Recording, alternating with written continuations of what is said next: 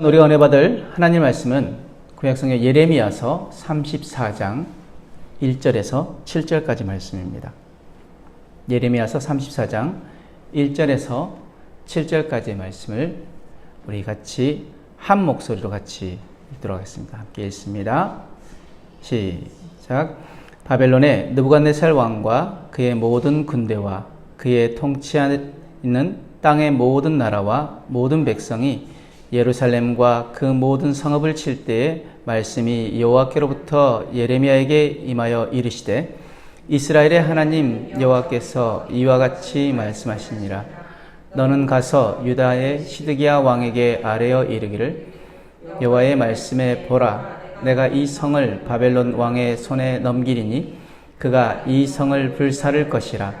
내가 그의 손에서 벗어나지 못하고 반드시 사로잡혀 그의 손에 넘겨져서 내 눈은 바벨론 왕의 눈을 볼 것이며 그의 입은 내 입을 마주대하여 말할 것이요 너는 바벨론으로 가리라.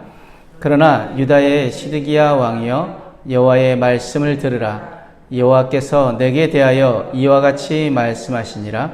내가 칼에 죽지 아니하고 평안히 죽을 것이며 사람이 너보다 먼저 있은 내 조상들 곧 선왕들에게 분향하던 것 같이 내게 분향하며 너를 위하여 애통하기를 슬프다 주여 하리라.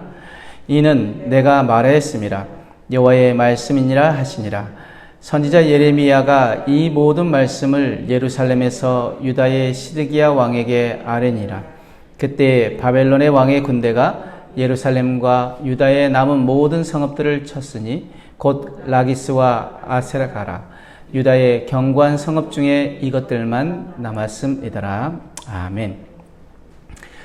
오늘 본문의 중심 내용은 하나님의 경고대로 예루살렘 공격이 시작됐지만 시드기야 왕은 한국할 생각이 없었습니다. 예레미야는 그 확정된 심판과 시드기야의 죽음에 대해서 전하는 내용이 오늘 본문의 내용입니다. 그렇다면 오늘 말씀을 통해서 우리가 무엇을 깨달아야 하고 하나님께서 우리에게 무엇을 말씀하시고자 하실까요? 1절에 3절 말씀 보면은 바벨론의 예루살렘 공격이 시작됐지만 마지막 순간까지 경고의 말씀을 주십니다. 그것은 새롭지도 특별하지도 않은 말씀이었습니다.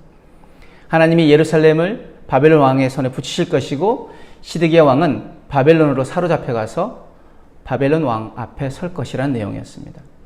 그러니 항전을 멈추라는 것입니다. 심판받아 마땅한 죄인임을 인정하고 지금이라도 심판을 수용하는 것이었습니다. 그런데 위기를 넘기고 하나님의 용서 회복을 구실 삼아 불의와 부정을 이어가는 것보다 차라리 파괴되고 무너져서 회개하는 것밖에는 생애 방편이 남아있지 않는 데다가 그 생애 방편이 남아있지 않는 데까지 낮아지는 게 더 낫다라는 것입니다. 더 이상 선택지가 없어서 이제는 그 어떤 것도 할 수 없는 지경까지 낮아지는 것, 그것이 오히려 더 낫다라는 것이죠. 우리 역시 죄악에 물든 삶을 정당하게 해주는 말씀은 취사 선택하면서 악한 길을 지속하는 것보다는 불편한 말씀들에 오래 머무르며 편했던 세상 것들을 불편하게 인식하는 시간이 필요하다는 것입니다. 내 마음대로 살면서 내 악행에 눈 감으면서도 은총을 누릴 수는 없기 때문입니다. 때로는 우리가 정말 하나님이 말씀하실 때 그 말씀이 내 마음 가운데 불편한 마음을 주신다면 그것은 무엇입니까? 하나님이 그것을 내 삶으로 살아내길 원하는 말씀인데 그것을 우리가 취사 선택한다는 거죠. 불편한 말씀 듣지 않냐고 그냥 내 귀에 들리는 좋은 말씀만 우리가 선택한다는 것입니다. 그렇게 가다 보면 결국 어떻게 되어집니까? 이스라엘 백성들처럼 결국 멸망의 길로 달려갈 수밖에 없다는 것입니다. 시편 36편 1절에서 4절 그리고 12절 말씀 이렇게 말씀합니다. 악인의 죄가 그의 마음속으로 이르기를 그의 눈에는 하나님을 두려워하는 빛이 없다 하니 그가 스스로 자랑하기를 자기의 죄악은 드러나지 아니하고 미움을 받지도 아니하리라 하미로다. 그의 입에서 나오는 말은 죄악과 속임이라. 그는 지혜와 선행을 그쳤도다. 그는 그의 침상에서 죄악을 꾀하며 스스로 악한 길에 서고 악을 거절하지 아니하는도다. 그런데 이들에 대해서 그 결과가 어떻게 되어진다고 말씀하냐면 12절에 악을 행하는 자들이 거기서 넘어졌으니 엎드러지고 다시 일어날 수 없으리이다. 계속 우리가 말씀을 통해서 지금 계속 예레미야 말씀을 통해서 하실 말씀이 무엇입니까? 그 악한 길에서 돌아서라는 것입니다. 돌아오라는 것입니다. 하나님 말씀에 귀 기울이고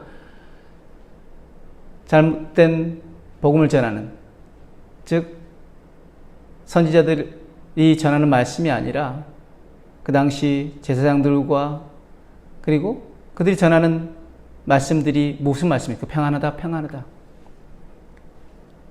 계속 그 말씀에 귀 기울이다 보니까 자기들이 지금 잘못하고 있는 것들에 대해서 전혀 인지하지 못하고 오히려 그것으로 자족하고 있는 것, 만족하고 있는 것이죠. 그런데 하나님 분명히 말씀하십니다. 너희가 그러면 망한다라고. 지금 구약의 선지자들을 통하여서 계속 하나님 말씀하셨던 것이 무엇이었습니까? 북이스라엘 남유다에게 계속 말씀하셨던 것. 돌아오라. 아니하면 쫓겨나리라. 말씀하셨는데 돌아오지 않았고 결국 쫓겨났어. 돌아오라. 아니면 망하리라 말씀하셨는데 돌아오지 않게 결국 그들이 망했더라. 하나님, 그때도 하나님 말씀은 계속 백성들에게 말씀하셨다는 거예요. 그럼 왜 말씀을 듣지 못하였습니까? 귀를 닫았기 때문에. 하나님 말씀 음성에 대해서는 귀를 닫았기 때문에. 그리고 눈을 가렸기 때문에. 사단은 지금도 우리의 귀를 막고 우리의 눈을 가립니다. 왜요? 우리가 하나님께 돌아가는 건 자기 손아귀에서 벗어나는 것이니까. 계속 하나님 앞에 가지 못하게 하기 위해서. 그것이 때로는 자기 마음 가운데 여러 가지 핑계를 댑니다. 이것 때문에, 또 이것 때문에, 이것 때문에. 내 삶이 지금은 조금 힘드니까 어느 정도 안정되면 내가 하나님께로 가야지. 하나님 앞에 더 헌신해야지. 아니요. 하나님께서 지금 말씀하신 것이 무엇입니까? 우리가 예배 전에 불렀던 찬양, 지금 오라. 언제요? 지금 오라. 나중이 아니라 지금입니다. 4절의 7절 말씀, 시드기야가 왕으로서 최소한의 존엄을 유지하며 죽을 거라고 말씀하십니다. 그는 전쟁의 칼에 죽지 않을 것이라고 말씀하시고, 노쇠하여 자연히 죽어 적절한 장지에 매장될 것이라고 말씀하십니다. 백성에게 외면받았던 요야김과는 달리 백성은 유다의 마지막 왕 시드기야의 죽음을 슬퍼할 것이며 애통할 것입니다. 하지만 시드기야에게 임할 심판은 결코 가볍지 않을 것이라는 것입니다.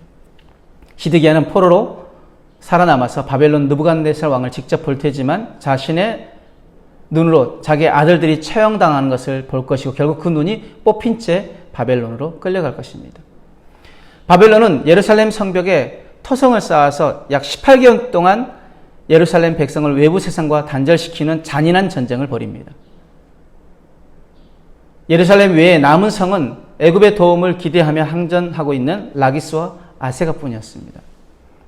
하나님이 온 세상을 동원하여 유다의 숨통을 조이듯이 묘사된 것은 그들의 저항이 얼마나 어리석으며 죄에 대한 형벌이 얼마나 혹독한지를 보여주시는 것이었습니다. 고집 피우며 불순종을 정당화하고 있다면 어서 돌아서야 합니다. 우리가 살 길은 무엇입니까? 지금 이스라엘 백성들이 살 길은 무엇이었습니까? 유다가 살 길은 하나님 말씀을 듣고 그들이 돌아오는 것이었습니다. 그리고 하나님 말씀하신 대로 순종하면서 바벨론으로 끌려가는 것이 하나님의 방법이라면 그들이 항전을 멈추고 그렇게 순종하며 나아가야 됐었습니다. 그렇다면 우리가 살 길은 무엇입니까? 에스겔서 33장 11절 말씀에 너는 그들에게 말하라 주 여호와의 말씀이니라. 나의 삶을 두고 맹세하노니 나는 악인이 죽는 것을 기뻐하지 아니하고 악인이 그의 길에서 돌이켜 떠나 사는 것을 기뻐하노라. 이스라엘 족속아 돌이키고 돌이키라. 너희 악한 길에서 떠나라. 어찌하여 죽고자 하느냐 하셨다 하라. 돌이키고 돌이키라. 왜 두 번이나 강조했을까요? 하나님께서 돌아오라는 것을 강조하기 위해서 돌이키고 돌이키라는 것을 두 번이나 더 강조하십니다. 악한 길에서 떠나라는 것을 말씀하시고자. 이것의 원어는 슈브인데 이 슈브의 원형인 슈브는 무엇이냐면 인생의 방향을 회개를 통해서 돌이키는 행위입니다. 돌이키고 돌이키라는 말씀은 우리를 회개를 통해서 우리의 방향을 돌이켜서 우리가 하나님이 원하시는 그 자리로 나아가야 하는 것입니다. 제가 말씀드렸던 것, 회개는 뭐라고요? 방향 전환만이 아니라 있어야 할 그 자리로 돌아오는 것이 진정한 회개라고 말씀드렸습니다. 그렇다면 하나님 원하시는 것은 무엇입니까? 역대하 7장 14절 말씀. 내 이름으로 일컫는 내 백성이 그들의 악한 길에서 떠나 스스로 낮추고 기도하여 내 얼굴을 찾으면 내가 하늘에서 듣고 그들의 죄를 사하고 그들의 땅을 고칠지라.